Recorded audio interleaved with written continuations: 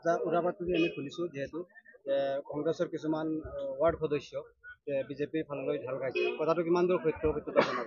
আজি আপোনালোকে নিশ্চয় সভাখনত উপস্থিত আছিলে।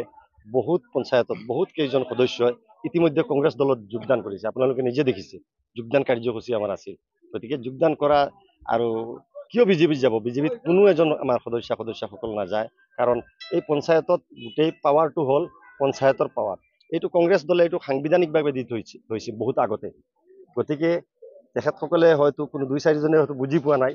তেখেতসকলৰ পাৱাৰৰ পিছফালে ঘূৰিব নালাগে। ৰাইজে যিটো জনাদেশ দিছে কংগ্ৰেছৰ ফালে দিছে, কংগ্ৰেছৰ প্ৰাৰ্থীসকলক দিছে। গতিকে আমি ভাবোঁ যে আমাৰ কোনো এজন সদস্য আজিলৈকে যোৱা নাই আৰু নাযায়। আৰু দুই চাৰিজন বেলেগ দলৰ পৰা আহি যোগদান কৰিছে। আৰু আগন্তুক দিনত আপোনালোকে চাই থাকিব আমাৰ বিভিন্ন দলৰ পৰা আহি বহুত ৱাৰ্ড সদস্য কংগ্ৰেছ দলত যোগদান কৰিব। আৰু প্ৰত্যেকটো আমি চাওক, আমি কোনো আপোনালোকে যিটো ভাবিছে যে আমি কংগ্ৰেছ দলৰ তৰফৰ পৰা যিজন ৱাৰ্ড সদস্য জিকিছে তেওঁৰ পৰা জোৰ জবস্তি আমি প্ৰেচিডেণ্ট বনাম, এনেকুৱা নহয়।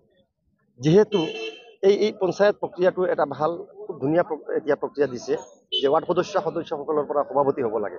গতিকে সদস্যসকলৰ পৰা সভাপতি নিৰ্বাচিত মানে দলমত নিৰ্বিশেষে আমি নিজে আহ্বান জনাইছোঁ যে দলমত নিৰ্বিশেষে ভাল এজন মানুহ যিজনৰ দ্বাৰা দহৰ আৰু দেশৰ লাভ হয়, জনসাধাৰণৰ লাভ হয় আৰু ৰাইজৰ যিবিলাক আঁচনি আছে, দুখীয়া ৰাইজৰ যিবিলাক আঁচনি আছে এইবিলাক সুচাৰুৰূপে পালন কৰা হয় আৰু মানে এই দুৰ্নীতিৰ পৰা অকণমান আঁতৰত থাকে এনেকুৱা এজন ব্যক্তিক মানে সভাপতি হিচাপে নিৰ্বাচিত কৰক বুলি আমি আজি সকলো এই সভাৰ জৰিয়তে আমি সকলো সদস্যসকলক আহ্বান জনাইছোঁ। ভোটৰ আগত কৈছিল যে দুৰ্নীতি কৰা কংগ্ৰেছৰ হওক বা যিকোনো ব্যক্তি হওক পাৰ্টিক ভোট নিদিবৰ কাৰণে আপুনি মুকলিকৈ কৈছিল। ৰাইজক কি ক'ব? বিপুল সঁহাৰি দিছে ৰাইজে। আমিতো এতিয়াও কৈছোঁ, আগন্তুক দিনতো কৈ থাকিম যে দুৰ্নীতিটো নিৰ্মূল কৰিব লাগিব। আমি একেদিনাই যে দুৰ্নীতি নিৰ্মূল কৰিব পাৰিম এনেকুৱা নহয়। আমি সকলো আপোনালোকৰো দায়বদ্ধতা আছে। আগন্তুক দিনত যিবিলাক পঞ্চায়তত দুৰ্নীতি হ'ব, আপোনালোক সাংবাদিক মানুহ, আপোনালোকৰ নিজৰ দায়বদ্ধতা আছে। আপোনালোকে নিজে এইবিলাক চাব অকণমান। আৰু মই ৰাইজক কৈছোঁ, ৰাইজে অকণমান চাওক যে এই যিবিলাক দুৰ্নীতি হ'ব বা হৈছে এইবিলাক যিবিলাক হৈছেতো হৈছে এইবিলাকো চাওক। আৰু যিবিলাক আগন্তুক দিনত দুৰ্নীতি হোৱাৰ সম্ভাৱনা থাকিলে সেই ক্ষেত্ৰত ৰাইজ সজাগ হ'ব লাগিব, তেতিয়াহে দুৰ্নীতি বন্ধ হ'ব।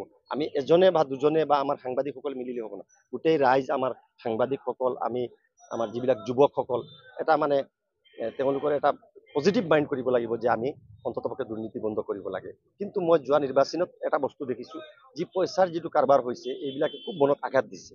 এই এজন পঞ্চায়ত প্ৰতিনিধি বা এজন সদস্য জিকিবলৈ বহুত লাখ লাখ টকা খৰচ কৰিছে, এইবিলাক খুব বেয়া এটা পৰিৱেশৰ সৃষ্টি কৰিছে। গতিকে মই আৰু কি ক'ম, ৰাইজক মই আহ্বান জনাম যে ৰাইজে আগন্তুক দিনত পঞ্চায়তবিলাক চাই নিজে নিজৰ আঁচনিবিলাক চাব লাগে। এইবিলাক আমাৰ কিবা ক'ৰবাত যদি প্ৰব্লেম হয় মোক ফোন কৰি জনালে হয়, মই যাম ইনশাল্লাহ এইটো মাজতে জনাব। ধন্যবাদ।